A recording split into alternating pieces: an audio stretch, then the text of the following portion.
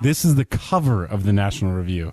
It says, "Who's a denier now?" I didn't know that this was going to be their cover story. Yeah, that's amazing. And it's really the Pee Wee Herman defense, right? What's the Pee Wee Herman defense? I know you are, what am I? I know you are, but what am I? You're a nerd. I know you are, but what am I? You're an idiot. I know you are, but what am I? I know you are, but what am I? I know you are, but what am I? I know you are, but what am I? I know you are, but what am I? I know you are, but what am I? Infinity. On the website, the headline is "Climate change activists are the real science deniers," and the cover says, "Who's a denier now?" Climate apocalyptism. Take your time. I can't even say this word. Okay, Orncast, what's your argument here? So he begins by bringing up the issue of Holocaust denial. Oh, man. Or so how to make friends, how to win friends and influence people. Just go right to the Holocaust. Yeah, okay. So right out of the gate, he's invoking the Holocaust. Well, firstly, he accuses anyone who uses the term climate denier as equating them to Holocaust deniers. So he says saying climate denier is deliberately intended to invoke Holocaust denial.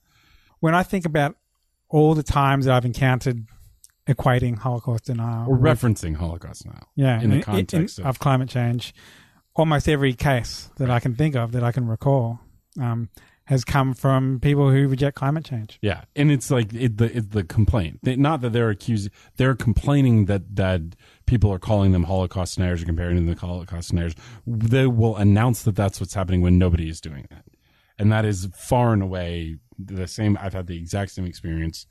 If somebody brings up Holocaust denial in the context of climate change, it is invariably somebody whining about being compared to a Holocaust denier when nobody is comparing them to a Holocaust denier. Right. And whenever I talk about the term climate denial or climate science denial, and we've done a MOOC about climate science denial, we don't mention the Holocaust once. And I think one thing that I would agree with Oren Cass about is that climate science denial and Holocaust denial are not morally equivalent.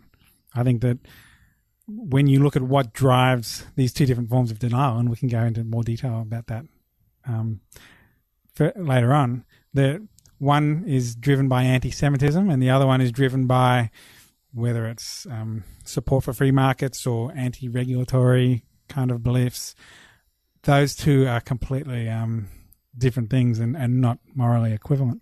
Right. But the point is that you can have different causes, different root causes of denial that still lead to denial, and denialism as sort of a set of behaviors and a way of interpreting evidence is something that can happen on any number of topics. And it's not just, climate science, and it's not just the Holocaust. Like there's denialism around the safety of vaccines. There's denialism about, like the causes of the Civil War. There's denialism about evolution. There's in no other situation that I'm familiar with do people run and cry about being compared to Holocaust deniers when somebody brings up the topic of denial and denialism as much as they do in climate change.